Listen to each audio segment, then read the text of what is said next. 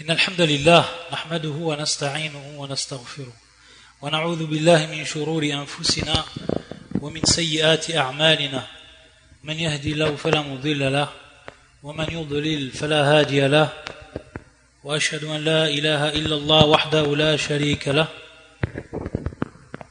وأشهد أن محمدا عبده ورسوله أما بعد فإن أحسن الكلام كلام الله وخير الهدي هدي محمد صلى الله عليه وآله وسلم وشر الأمور محدثاتها وكل محدثة بدعة وكل بدعة ضلالة وكل ضلالة في النار. Donc nous terminons Inch'Allah dans ces derniers cours qui touchent à leur fin. Traduction et explication du livre intitulé Ahkamu Manasik al-Hajj wal-Umrah wa Ziyarat al-Masjid al-Nabawi de Cheikh al-Islam Ibn Taymiyyah rahimahullah ta'ala rahmatan wasi'a. Le dernier cours et le dernier point qu'on a vu, c'était ce qui était en relation avec la prière surrogatoire que l'on effectue dans la mosquée de Quba et le Hajar, la récompense qui en découle. Le cheikh nous dit ensuite وَالسَّفَرُ إِلَى الْمَسْجِدِ الْأَقْصَى وَالصَّلَاةُ فِيهِ والدعاء والذكر والقراءة والاعتكاف مستحبة في أي وقت شاء سواء كان عام الحج أو بعده ولا يفعل فيه وفي مسجد النبي صلى الله عليه وسلم إلا ما يفعل في سائر المساجد وليس فيها شيء يتمسح ولا يقبل ولا يطاف به هذا كله ليس إلا في المسجد الحرام خاصة. Le cheikh nous dit ensuite que le voyage à la mosquée Al-Aqsa, qui se trouve bien entendu en Palestine, la prière à l'intérieur de cette mosquée, également tout ce qui touche l'adoration comme ad-du'a, l'invocation, ad-dhikr, le rappel, al-qira'a, la lecture coranique, al-i'tikaf, la retraite spirituelle, tout cela est mustahab, est recommandé. Et à n'importe quel moment, que ce soit durant l'année du pèlerinage, au moment où on fait le pèlerinage, ou alors après, à n'importe quel moment. Fi ayyi waqtin sha'a. Donc, on a vu auparavant que Masjid al-Aqsa, elle rentrait dans les 3 mosquées que le prophète sallallahu alayhi wa sallam avait citées et avait donné la permission pour y voyager, spécialement. Il rappelle le shir que ce que l'on fait à l'intérieur de cette mosquée, c'est ce que l'on fait à l'intérieur de la mosquée du prophète sallallahu alayhi wa sallam. C'est ce que l'on fait à l'intérieur de toutes les mosquées. Donc toutes les règles qui sont en relation avec les mosquées de façon générale. Donc on n'a pas à faire des choses qui ne sont pas légiférées et qui sont en plus donc de ce que l'on pourrait faire dans les autres mosquées. C'est pour ça que, à ce titre, le shir va nous rappeler qu'il n'est pas permis qu'on embrasse, qu'on touche, qu'on masse, ou alors qu'on fasse le tawaf dans cette mosquée, ou alors des parties de ces mosquées. Donc il n'est pas permis qu'on embrasse quoi que ce soit une porte, que ce soit un mur, ou autre chose, qu'on le touche spécialement également, ou qu'on fasse le tawaf autour de cette mosquée. Tout ça, c'est strictement interdit. Et tout ceci est spécialement et uniquement dans le droit de la mosquée sacrée, Al-Masjid al-Haram, khassatan. Le musulman, il n'a le droit de faire le tawaf uniquement dans la mosquée sacrée. Également taqbil, comme par exemple yuqabbal al-Hajar al-Aswad, ça aussi c'est uniquement dans la mosquée sacrée. Et également yutamassah, c'est-à-dire donc qu'il touche, comme on a vu le rukn al-yamani, etc. Toutes ces choses-là sont uniquement permises dans al-Masjid al-Haram. Et les choses bien entendu qui ont été citées par le prophète sallallahu alayhi wa sallam. Ensuite يقول ولا يستحب زيارة الصخرة بل المستحب أن يصلي في قبلي المسجد الأقصى الذي بناه عمر بن الخطاب للمسلمين ولا يسافر أحد ليقف بغير عرفات ولا يسافر للوقوف بالمسجد الأقصى ولا للوقوف عند قبر أحد لا من الأنبياء ولا المشايخ ولا غيرهم باتفاق المسلمين بل أظهر قولي العلماء أنه لا يسافر أحد لزيارة قبر من القبور لكن تزار القبور بزيارة الشرعية ممن كان قريبا ومن اجتاز بها كما أن مسجد قباء يزار بالمدينة كما أن مسجد قباء يزار من المدينة وليس لأحد أن يسافر إليه لنهيه صلى الله عليه وسلم أن تشد الرحال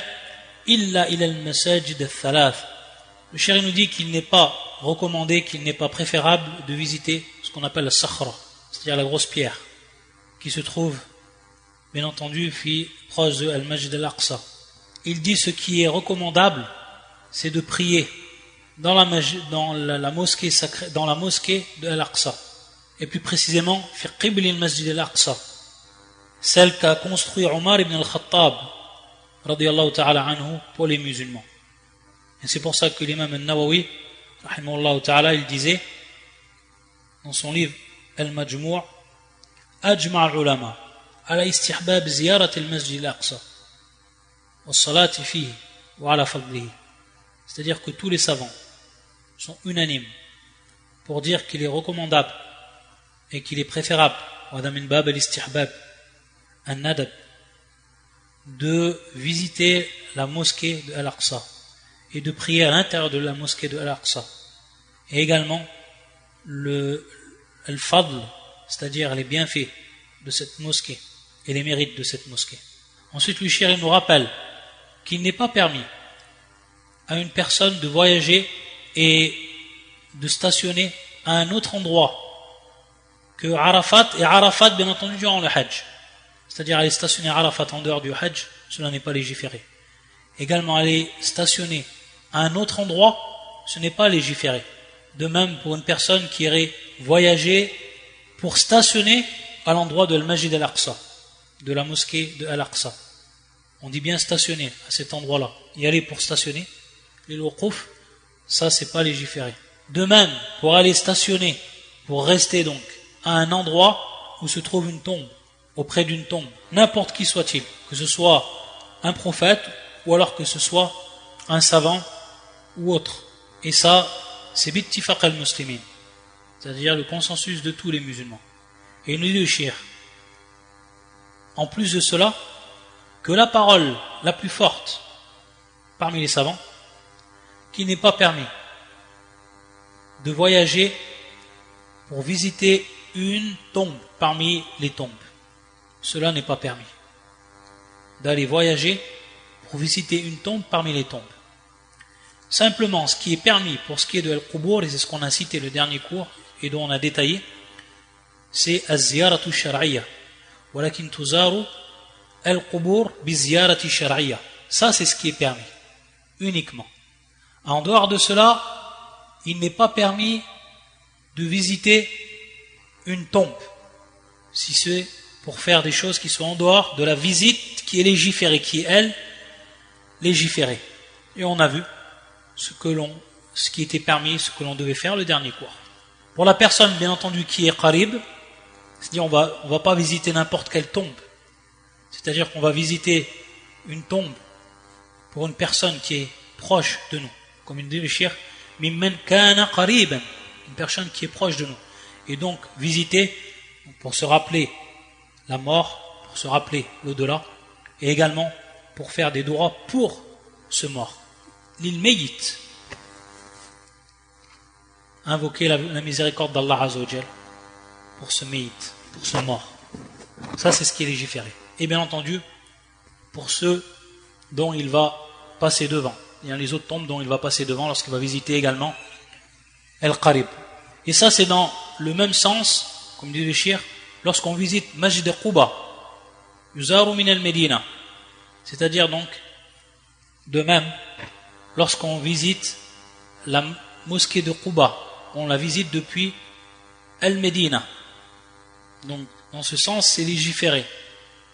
Et on se rappelle ce hadith qu'on a déjà cité, hadith de Abdullah ibn Omar, qui est auprès de l'imam al-Bukhari. كان النبي صلى الله عليه وسلم يأتي مسجد قباء كل سبت ماشيا وراكبا. C'est-à-dire que le prophète صلى الله عليه وسلم, tous les samedis, il allait à la mosquée de Quba. De temps en temps, il y allait à pied, de temps en temps, il y allait en montant sa monture sur sa chamelle. وليس لأحد أن يسافر إليه لنهي صلى الله عليه وسلم أن تشد الرحال إلا إلى المساجد الثلاثة. Et donc, il n'est pas permis à une personne de voyager, de faire un voyage spécialement pour cette mosquée. Car le prophète sallallahu alayhi wa sallam, il a uniquement, et donc ici c'est un point qui est important, et à faire la différence, c'est-à-dire que lorsqu'on dit qu'il est permis de visiter Masjid al-Quba, c'est lorsqu'on se trouve à Médine. Lorsqu'on se trouve à Médine, alors à ce moment-là, il est permis de la visiter. Il y a même le fadl qu'on a vu, c'est-à-dire Ajr al-Umrah, la récompense d'une Umrah. Donc, c'est lorsqu'on est à Médine. Par contre, voyager de sa contrée, de son pays, pour aller uniquement à cette mosquée, avec l'intention de visiter uniquement cette mosquée, cela n'est pas permis. Pourquoi cela? Car le prophète sallallahu alayhi wa sallam a interdit que l'on fasse un voyage pour visiter une mosquée ou autre, et ce voyage, il est uniquement permis pour les 3 mosquées qu'il a citées, dans le hadith qu'on a déjà cité précédemment, et qui est bien entendu la mosquée prophétique, la mosquée sacrée, Masjidul Haram et Masjidul Aqsa, la mosquée de Al-Aqsa, uniquement. En dehors de cela, il n'est pas permis de voyager spécialement pour aller visiter une mosquée, en dehors de ces 3 mosquées, ou alors une tombe parmi les tombes. Mais il nous dit le cheikh donc ici que pour ce qui est de Masjid al-Quba, c'est uniquement lorsqu'on se trouve à Médine. Et comme le prophète sallallahu alayhi wa sallam il faisait, lorsqu'il était à Médine, à l'intérieur de Médine. Et ici le cheikh, tout ce qu'il a cité auparavant, ce qui concerne plus précisément les tombes. Et malheureusement, comme on a vu, tout ce que les gens font comme innovation auprès des tombes, des innovations qui sont graves, et certaines innovations qui relèvent même du shirk, comme le fait de demander aux morts, ou alors de prendre le mort comme intercesseur, etc. Et tout ce que font malheureusement beaucoup de gens parmi les musulmans, ayadan billah, auprès des tombes. Donc le shir ici, il va argumenter une argumentation de fond, une argumentation de base, qui revient sur les bases même donc de cette religion. Donc tout ce qu'il a cité auparavant et qui tournait entre l'interdiction et la permission, entre l'amr et le nahi, ou ma wa yajuz wa ghayru jaiz, tout cela, il dit le shir, وَذَلِكَ أَنَّ الدِّينَ مَبْنِيٌ عَلَى أَصْلَيْنِ. Pourquoi? Car la religion est édifiée sur 2 bases. على أصلين. أن لا يعبد إلا الله وحده لا شريك له ولا يعبد إلا بما شرع ولا نعبده بالبدع كما قال تعالى فمن كان يرجو لقاء ربه فليعمل عملا صالحا ولا يشرك بعبادة ربه أحدا كما في سورة Al-Kahf, qui est le verset 110. Donc, ici le cheikh nous dit que ces 2 bases, elles sont les suivantes. Que l'on adore Allah Azza wa Jal uniquement. Qu'on adore seul Allah subhanahu wa ta'ala uniquement, sans lui donner des associés. Ça relève donc de Al-Ikhlas et de Al-Tawhid. Ça relève donc de l'unicité d'Allah Azza wa Jal et l'unicité Tawhid al-Ibada, l'unicité d'Allah Azza wa Jal dans son adoration. Donc ici, l'ibada la takuna illa lillah Azza wa Jal. L'adoration n'est que pour Allah subhanahu wa ta'ala uniquement. Ça c'est la première base. Donc tout ce qu'on a vu auparavant, lorsque les gens viennent autour des tombeaux et qu'ils demandent à un autre qu'Allah Azza wa Jal, alors ici, ils étaient à l'encontre de cette base qui est plus qu'évidente et qui est le tawhid même. Et la deuxième base, wala yu'badu illa bima shara'a, c'est-à-dire qu'on ne peut adorer Allah Azza wa Jal uniquement avec ce qu'il a légiféré. Donc ce qui va à l'encontre de cela, c'est toutes les innovations qu'on a pu voir. Ces innovations et plus particulièrement dans ce qui a été cité auparavant, les innovations que l'on retrouve lorsque les gens vont visiter autre que les 3 mosquées, qu'ils font un voyage autre que pour les 3 mosquées, pour aller visiter des tombes. Une fois qu'ils sont auprès de ces tombes, par exemple la tombe d'un wali, ils vont y faire tout ce qui est interdit, comme tawaf autour de cette tombe, ou alors les invocations auprès de cette tombe, ou alors l'invocation même du mort, ayadan billah.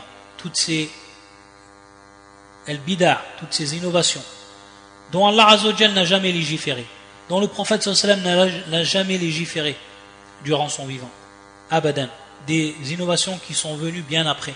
C'est pour ça qu'il nous dit la na'budu bil bida', c'est-à-dire qu'on ne peut adorer Allah Azza wa Jal par l'innovation, parce qu'il n'a pas légiféré.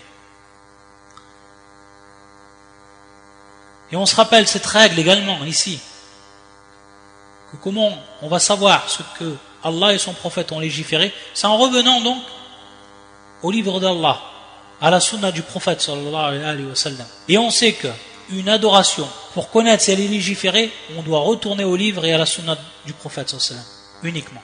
Et savoir comment on la pratique, on doit retourner au livre d'Allah et à la sunna du prophète sallallahu alayhi wa sallam, uniquement.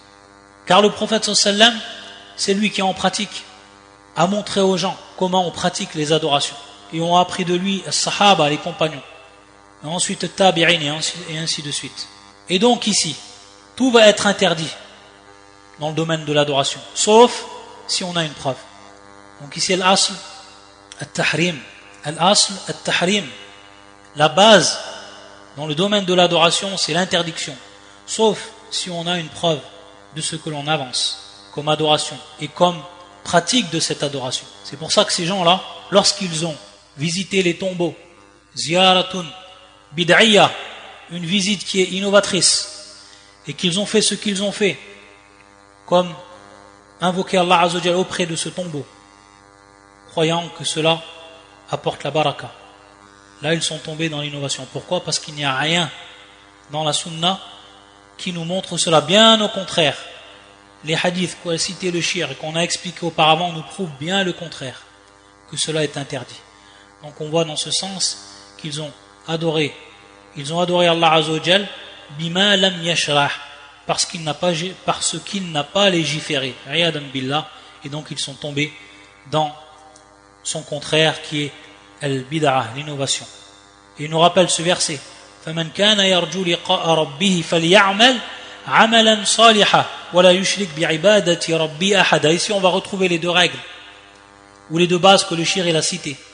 La première base qui est dans cette parole d'Allah Azza wa Jal, faly'amal amalan salihan, l'acte pour qu'il soit pieux, pour qu'il soit valide, salihan, pour qu'il fasse partie des bonnes actions, il faut qu'il soit bien entendu en conformité avec la législation islamique, avec la sunna du prophète sallallahu alayhi wa sallam. Ça c'est al-amal al-salih, c'est là donc l'une des 2 bases qu'il a citées le shir, qui est en réalité ce qu'on appelle al-mutaba'a ou al-muwafaqa. Al-mutaba'a qui vient du verbe taba'a, le fait de suivre. Et donc al-mutaba'a c'est le suivi du prophète sallallahu alayhi wa sallam, le suivi de la législation. Également on dit al-muwafaqa. Al-muwafaqa qui vient du verbe wafaqa, c'est-à-dire qui est en accord avec, qui est en conformité avec. Et bien entendu ici en accord, en conformité avec la sunna, avec la législation. C'est pour ça qu'on dit pour cette base-là, al-muwafaqa, on dit également al-mutaba'a. Et on retrouve cela dans ce verset du Coran, et plus précisément dans ce terme, faly'amal, ou dans ces termes, faly'amal amalan salihan. Alors, celui qui espère rencontrer son Seigneur, alors qu'il fasse de bonnes actions. Ici, amalan salihan, amal qui est dit salih, salih ici qui est un adjectif, salih. Et cet adjectif qui veut dire donc qu'il soit donc valide, pieux. Et il ne le peut l'être que s'il est en conformité avec la législation. Ensuite, la deuxième base, wala yushrik bi'ibadati rabbi ahada. Wala yushrik bi'ibadati rabbi ahada. Ici, la deuxième base qui est al-ikhlas, qui est tawhid. C'est-à-dire, et qu'il n'associe dans son adoration aucun à son Seigneur, et qu'il n'associe dans son adoration aucun à son Seigneur. C'est-à-dire qu'il n'associe pas Allah Azza wa Jalla un autre que lui. Tout ce qui est du domaine de l'adoration, on ne peut associer à Allah subhanahu wa ta'ala. Et naam. Donc, celui qui va à l'encontre de cela et qui fait du shirk, comme on l'a vu donc, ces gens qui vont auprès des tombeaux et qui adorent en réalité un autre qu'Allah azza wa jal, yusrifun al-ibada li ghayri Allah azza wa jal, cette adoration qui doit être vouée exclusivement à Allah azza wa jal, comme toute autre adoration, ils l'ont fait pour un autre que lui. Ils ont égorgé pour un autre que lui. Ils ont invoqué un autre que lui. Ils ont pris un intercesseur entre lui et la créature. Tout cela relève du shirk. Et donc ils n'ont pas, eux, concrétisé cette base que l'on retrouve dans ce verset. Wala yushrik bi'ibadati rabbi ahada. Celui qui espère la rencontre de son Seigneur, qu'il fasse donc qu'il concrétise ces deux bases. La première, c'est d'être en accord avec la religion, pour ce qui est des actes d'adoration. Et la deuxième donc, c'est que ce soit uniquement pour Allah, que notre intention soit pure pour Allah, l'intention pure, al-ikhlas, et qui est en fait le tawhid, qui est en réalité le tawhid qui repose essentiellement sur tawhid al-ubudiyya, tawhid al-ibada, c'est-à-dire le tawhid propre à l'adoration d'Allah azza wa jalla. ولهذا كان عمر بن الخطاب يقول في دعائه اللهم اجعل عملي كله صالحا واجعله لوجهك خالصا ولا تجعل فيه لأحد شيئا. Regardez cette invocation de Omar ibn al-Khattab al-Farouq radiyallahu ta'ala anhu, le deuxième calife de l'islam bien guidé. Il disait cette invocation qui est rapportée par l'imam Ahmed dans son livre Az-Zuhd. Allahumma ij'al amali kullahu salihan. Ô mon Seigneur, place tous mes actes comme étant valides et pieux, et étant de bonnes actions. Salihan. Donc on revoit le terme salihan qui était donc dans le verset. Faly'amal amalan salihan. Et bien entendu ici, c'est donc la première base qu'on a vue. Al-muwafaqa, al-mutaba'a. Waj'alhu liwajhika khalisan. Ici la deuxième base, et qui est complétée par wala taj'al fi li ahadin shay'an. C'est-à-dire cet acte-là, qu'il soit uniquement pour ta face. Khalisan. Donc cet acte-là soit fait avec un ikhlas complet. Et donc ici une concrétisation complète du tawhid al-ibada. Wala taj'al fi li ahadin shay'an. Et ne place pas donc, et ne donne à aucune personne une part dans cela. C'est-à-dire donc ce qui serait le contraire. Et on comprend par là l'associationnisme. Donc dans ce sens, Omar ibn al-Khattab disait cette dua qui comprennent donc les deux bases que le cheikh nous a citées. قال الفضيل ابن عياد في قوله تعالى ليبلوكم أيكم أحسن عملا قال أخلصوا وأصوابوا قيل يا أبا علي ما أخلصوا وأصوابوا قال إن العمل إذا كان خالصا ولم يكن صوابا لم يقبل وإذا كان صوابا ولم يكن خالصا لم يقبل حتى يكون خالصا صوابا والخالص أن يكون لله والصواب أن يكون على سنة وقد قال الله تعالى أم لهم شركاء شرعوا لهم من الدين ما لم يأذن به الله أم لهم شركاء شرعوا لهم من الدين ما لم يأذن به الله. Donc ici, Al-Fudayl, rahimahullah, il disait à propos de ce verset, liyabluwakum ayyukum ahsanu amala, afin de vous éprouver et de savoir qui de vous est le meilleur en œuvre. Il disait ma'na ahsan, huna ahsanu amala, ahsan, on traduit par meilleur. Il disait que ça voulait dire celui qui est le plus pieux, dans le sens celui qui est le plus pur envers Allah Azza wa Jal. Bien entendu ici la pureté, on parle de pureté d'intention, donc qui est l'ikhlas, donc celui où il se trouve le plus d'ikhlas, wa aswabuhu, et celui qui est en conformité. C'est pour ça qu'ensuite on lui a demandé qu'est-ce que voulait dire ces deux termes. Il a dit que l'acte soit uniquement pour Allah Azza wa Jal. Et si l'acte il n'est pas pour Allah Azza wa Jal, il n'est pas accepté. Si par exemple la personne elle fait suivant la sunna du prophète sallallahu alayhi wa sallam, mais elle l'a fait pour un autre qu'Allah, ou alors il est rentré dans son cœur riya, l'ostentation, alors cet acte-là est rejeté. Et de même, si cet acte-là est fait avec ikhlas, avec une pure intention, mais qu'elle n'est pas faite suivant la sunna du prophète sallam, elle est également rejetée. Donc c'est pour ça que ces deux bases que nous a citées le cheikh al-Islam ibn Taymiyyah, on les a vues également comme étant les deux conditions d'acceptation de l'acte. Les deux conditions d'acceptation de l'acte. Et il nous rappelle également ce verset qui fi surat al-Shura, qui est le verset 21, Am lahum shuraka'u shara'u lahum min ad-din ma lam ya'dhan bihi Allah, ou bien aurait-il des associés à Allah qui auraient établi pour eux des lois religieuses qu'Allah n'a jamais permises. Donc on voit ici dans ce verset qu'il est bien cité ce qui est en dehors de la législation, tout ce qui rentre donc dans le domaine de l'innovation. Ça c'est une preuve de ce verset, une preuve claire du verset qui relate donc la base que nous a cité le cheikh et qui est le muwafaqa al-mutaba'a. Am lahum shuraka'u shara'u lahum min ad-din ma lam ya'dhan bihi Allah, c'est-à-dire des règles, des choses, des adorations qui ont été légiférées par un autre qu'Allah Azza wa Jal. Qui aurait légiféré ces adorations si Allah Azza wa Jal ne les a pas légiférées? Automatiquement donc c'est une personne qui les a légiférées, c'est un autre qu'Allah qui les a légiférées, ces n'ont pas été connus dans la religion comme étant attestés d'après le livre et d'après la sunna. Donc automatiquement si on fait un acte maintenant, si on vient auprès d'une tombe, si on demande intercession à cette personne, ou dans un verset du Coran on va trouver le caractère légiféré de cet acte, où c'est qu'on va trouver le caractère légiféré de cet acte dans la sunna également? Rien de tout ça. Donc automatiquement, qui vous a ordonné de faire cela? Qui vous a légiféré de faire des actes que l'on ne retrouve même pas dans la sunna?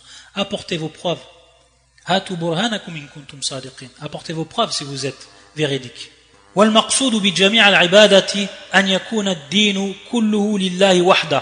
C'est-à-dire donc, le cheikh nous dit que al-maqsoud, ce qui est voulu par toutes les adorations, c'est tout simplement que la religion tout entière soit pour Allah Azza wa Jal unique.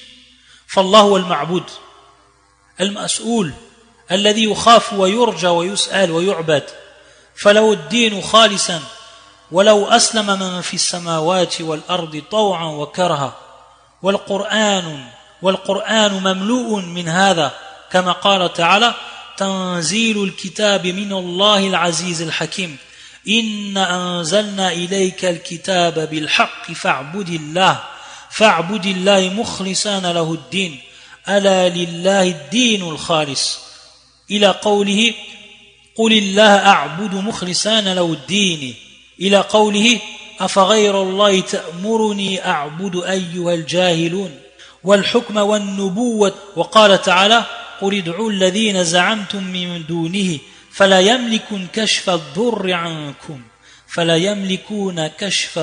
عنكم.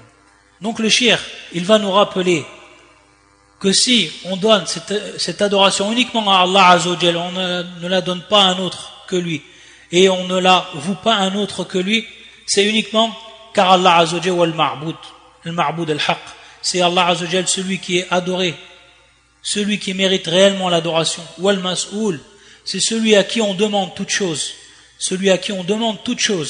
alladhi yukhaf, celui dont uniquement on a peur, wa yurja, celui en qui on place notre espoir et on a espoir en lui subhanahu wa ta'ala, wa yus'al wa yu'bad, c'est celui à qui on demande, c'est celui qu'on adore uniquement, falauddinu khalisan, c'est lui donc qui a la religion de manière pure, uniquement, c'est-à-dire donc toute cette religion elle doit être vouée à Allah Azza wa Jal. C'est pour ça qu'il nous rappelle ce verset walau aslama man fi samawati wal ardi taw'an wa karha kama fi surat Ali Imran, qui est le verset 83. Alors que se soumet à lui, bon gré mal gré, tout ce qui existe dans les cieux et sur la terre.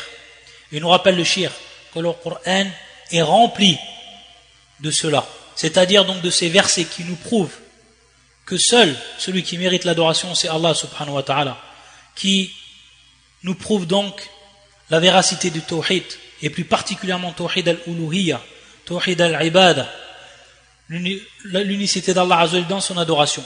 Et les autres versets qu'il nous a également cités, Tanzilul kitab min Allah al-aziz al-hakim, inna anzalna ilayka al-kitaba bil-haq, fa'budillaha mukhlisan lahu-d-din, ala lillahi ad-din al-khalis.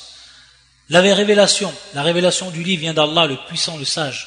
nous t'avons fait descendre le livre en toute vérité. Adore donc Allah en lui vouant un culte exclusif. Également, la parole d'Allah Azza wa Jal, قُلِ اللَّهَ أَعْبُدُ مُخْلِصًا لَهُ الدِّينِ. Naam, dit, adore Allah Azza wa Jal de manière exclusive, en lui vouant un culte exclusif. مُخْلِصًا لَهُ الدِّينِ. قُلِ اللَّهَ أَعْبُدُ مُخْلِصًا لَهُ الدِّينِ. Également, la parole d'Allah subhanahu wa ta'ala, أَفَغَيْرَ اللَّهِ تَأْمُرُنِي أَفَغَيْرَ اللَّهِ تَأْمُرُنِي أَعْبُدُ أَيُّهَا الْجَاهِلُونَ. Est-ce un autre qu'Allah que vous m'ordonnez d'adorer, ô les ignorants, ô vous les ignorants, أَيُّهَا الْجَاهِلُونَ, ô les ignorants. Également, مَا كَانَ لِبَشَرٍ أَنْ يُؤْتِيَهُ اللَّهُ الْكِتَابَ وَالْحُكْمَ وَالنُّبُوَّةَ. Il ne convient pas à un homme à qui Allah Azza wa Jalla a donné le livre, qui lui a donné le jugement, al-hukm, ou alors l'autorité, wa-nubuwa, et la prophétie, et une fois qu'Allah Azza wa Jalla lui a donné tout ça, qu'il dise ensuite aux gens, kunu ibadan li min dunillah, soyez des serviteurs à moi, qui vont donc m'adorer en dehors d'Allah Azza wa Jalla. Et également, ce verset d'Allah Azza wa Jalla, qul id'u alladhina za'amtum min dunihi fala yamlikuna kashfa ad-durri ankum. Dites, adorez ceux que vous croyez min dunihi, en dehors de lui, ce dont vous prétendez en dehors de lui, subhanahu wa ta'ala. Fala yamlikuna kashfa ad-durri ankum. Et ils ne détiennent aucun pouvoir pour dissiper tout ce qui vous touche de mal. Ça c'est fi surat al-Isra 56-57. Donc tous ces versets nous prouvent que tout ce qu'on adore en dehors d'Allah Azza wa Jal, ils ne détiennent rien du tout. Ils n'ont aucune autorité. Et que al-ma'boud al-haq wa Allah Azza wa Jal. Donc ici c'est un rappel très important du shir à travers ces versets, à travers ce qu'il a cité, que notre religion c'est la religion du tawhid, rien d'autre. Et tout ce qui va en dehors du tawhid, c'est à rejeter avec force. On doit s'en désavouer. Que ce soit la pratique et les gens qui pratiquent cela, parmi les innovateurs de cette communauté, ayadan billah. Ensuite, il dit le shir, qalat ta'ifatun min as-salaf.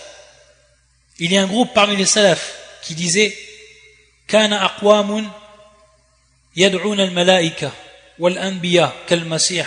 فأنزل الله تعالى هذه الآية وقال تعالى وقالوا اتخذ الرحمن ولدا سبحانه بل عباد مكرمون لا يسبقونه بالقول ومثل هذا في القرآن كثير بل هذا مقصود القرآن ولبه هو مقصود دعوة الرسل كلهم ولو خلق الخلق كما قال تعالى وما خلقت الجن والإنس إلا ليعبدون فيجب على المسلم أن يعلم أن الحج من جنس الصلاة ونحوهما من العبادة التي يعبد الله بها وحده لا شريك له وأن الصلاة على الجنائز وزيارة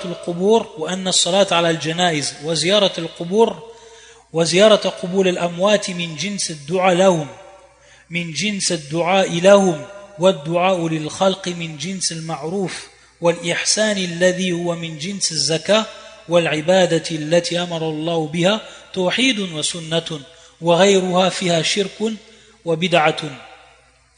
Le shir nous dit ici, et il nous rappelle toujours, qu'une partie des salafs, un groupe de salafs disait, à propos du verset qui fait surat al-Anbiya, qui est le verset 26 jusqu'au verset 29, et que le verset suivant, وَقَالُوا اتَّخَذَ الرَّحْمَنُ وَلَدًا سُبْحَانَهُ بَلْ عِبَادٌ مُكْرَمُونَ لَا يَسْبِقُونَهُ بِالْقَوْلِ. Naam, ils dirent, le tout miséricordieux s'est donné un enfant, pureté à lui, mais ce sont plutôt des serviteurs honorés. لَا يَسْبِقُونَهُ بِالْقَوْلِ. Ils ne le devancent jamais dans la parole. L'explication de ce verset, comme nous l'a rapporté une partie des salafs, c'est qu'il y avait des gens qui invoquaient les anges, qui invoquaient les prophètes, comme Al-Masih, comme Jésus. Alors Allah subhanahu wa ta'ala, il a fait descendre ce verset, il a descendu ce verset, qui est celui qu'on a cité. Et il nous dit que dans le Coran, on trouve beaucoup des versets qui vont dans ce sens, qui met en garde tout ce qui est de l'ordre du shirk et qui ordonne donc le tawhid. Et c'est le sens même, ce qui est voulu par le Coran. Et c'est l'essentiel même du Coran. Et c'est ce qui a été voulu principalement par le prêche de tous les envoyés. Et c'est dans ce sens, et c'est pour cela que les créatures ont été créées, comme Allah Azza wa Jalla il a cité dans son verset وَمَا خَلَقْتُ الْجِنَّ وَالْإِنسَ إِلَّا لِيَعْبُدُونَ. Je n'ai créé les djinns et les humains que pour qu'ils m'adorent, uniquement pour qu'ils m'adorent. Donc il nous dit, le cheikh, qu'il incombe à tout musulman, qu'il sache que al-hajj, que le pèlerinage rentre dans le même jar que la prière, et que c'est donc dans le domaine de l'adoration. Al-hajj wa salah, c'est dans le domaine de l'adoration, où on ne doit adorer qu'Allah uniquement, sans rien lui associer, et que la prière mortuaire et également les visites des tombes des morts, min jins ad-du'a, ça fait partie donc de la même catégorie que les invocations que l'on fait pour eux. Donc on a vu que ziyaratu qubur al-amwat, que visiter les tombes des morts, ça fait partie et ça rentre donc dans les catégories des invocations que l'on fait pour eux, lahum. Et que ces invocations, pour ces êtres, min jins al-ma'ruf wal-ihsan, c'est-à-dire ça rentre dans la catégorie et c'est du genre du bien et de la bienfaisance que l'on fait pour eux, al-ma'ruf wal-ihsan, et qui est également de même et pareil à la zaka, c'est-à-dire donc l'impôt rituel que l'on donne aux pauvres. هذا من باب المعروف, من باب également الإحسان, الزكاة والصدقات والعبادات التي أمر الله بها توحيد وسنة. Donc tout ceci, c'est le même principe, ça a les mêmes objectifs et ça doit être fait de la même façon, en respectant la législation. Et toutes les adorations qu'Allah Azza wa Jalla a ordonnées, on retrouve dans ces adorations tawhid wa sunnah. C'est du tawhid et c'est de la sunnah. C'est du tawhid et c'est de la sunnah. Tawhidun wa sunnah. Que toutes ces adorations, elles comprennent al-ikhlas et elles comprennent al-sunnah, c'est-à-dire al-muwafaqa, al-mutaba'a. Wa ghayruha fiha shirkun wa bid'a. Et tout ce qui va se trouver en dehors de cela, où on ne retrouve pas le tawhid et la sunnah, alors automatiquement, on va y retrouver son contraire, son inverse, et qui est le shirk et la bid'a. Ka'ibadati an-nasara wa man ashbahum mithlu qasdi al-buq'a li ghayri al-ibadati allati amara Allah biha fa innahu laysa min ad-din. Comme ceux, et donc cette adoration, ça va être comme l'adoration de an-nasara, des chrétiens. Wallah al-musta'an. Et combien de fois le prophète sallallahu alayhi wa sallam nous a mis en garde de leur adoration, des chrétiens et des juifs. Il a mis en garde le prophète sallallahu alayhi wa sallam plus particulièrement dans ce qui touchait les tombeaux, comme on l'a vu dans les hadiths précédents, ayadan billah, et tous ceux qui ont ressemblé également aux chrétiens. Donc on voit que la sunna, on voit également que le Coran est rempli de ces textes qui nous mettent en garde contre ceux qui nous ont précédés et qui ont divergé, qui ont dévié de la voie prophétique, de la voie d'Allah subhanahu wa ta'ala.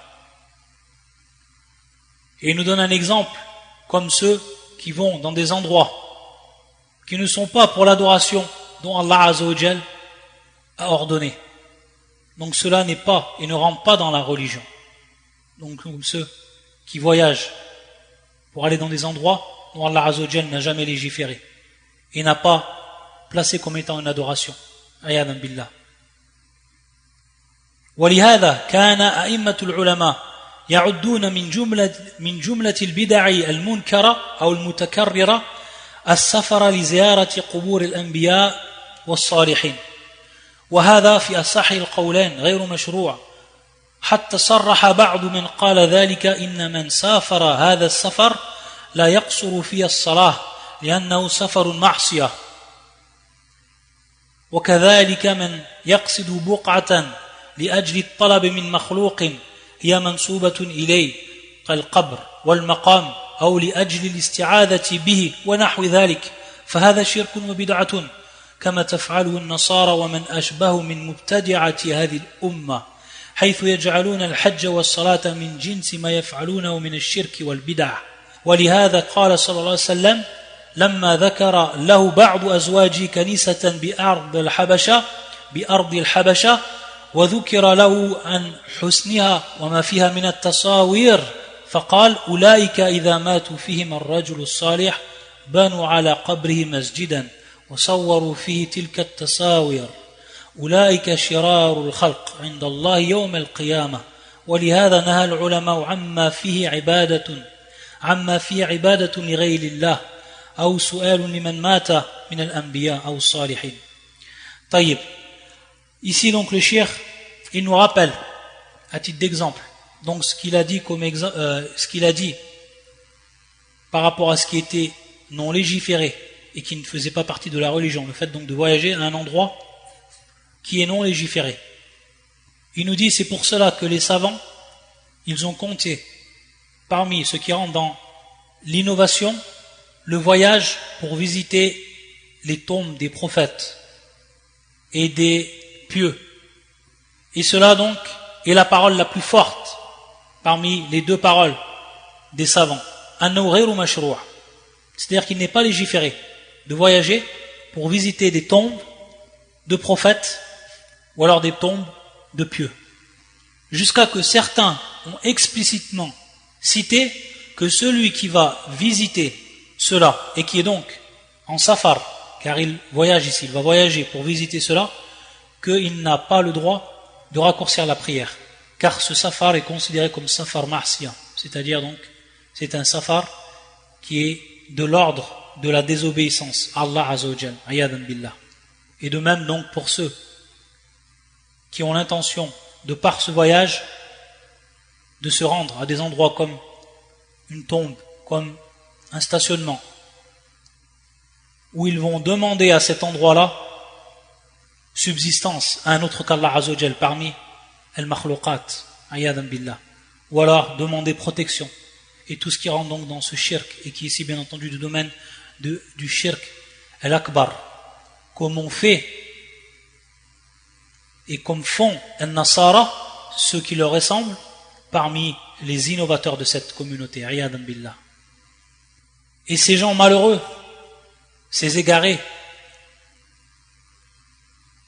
ils transforment leur hajj, leur pèlerinage et également leur prière en acte de shirk et d'innovation. C'est ce qu'ils font lorsqu'ils vont au hajj. Ils adorent ou ils invoquent un autre qu'Allah Azza wa Jal.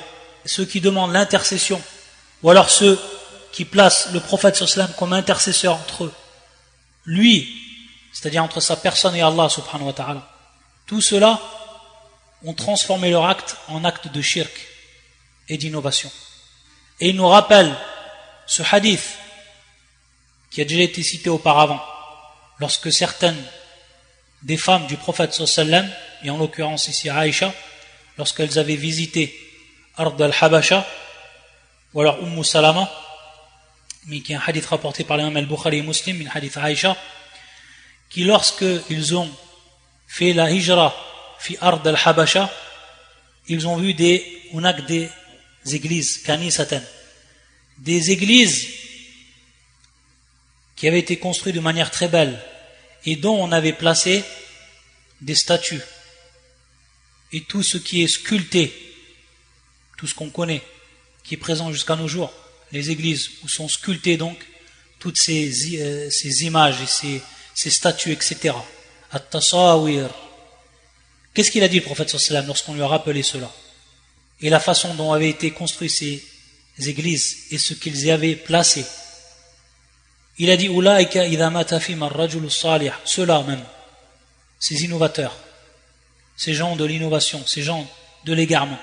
Ulaika idha mata fihim ar-rajulu salih, lorsqu'une personne parmi eux, une personne qui fait partie des pieux, des vertueux, lorsqu'il meurt, banu ala qabri masjida, ils vont construire sur sa tombe une mosquée.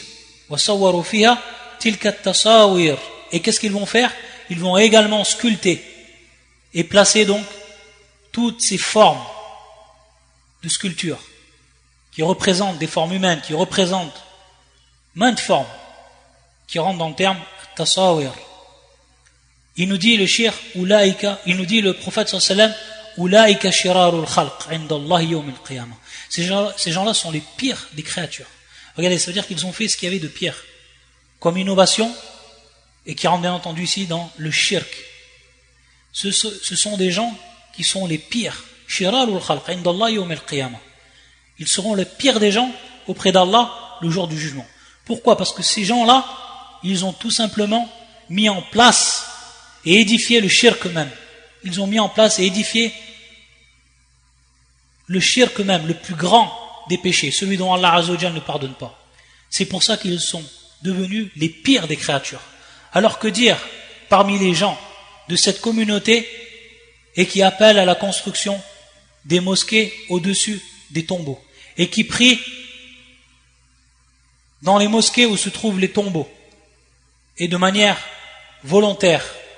Ayadan billah. Regardez donc Al-Bab, la porte qu'ils ont ouverte au shirk, la porte qu'ils ont ouverte au polythéisme, et ils croient qu'ils font une bonne action. Wallah al-musta'an. Naktafi bi hadha al-qadr, et on continuera inshallah ta'ala jeudi prochain.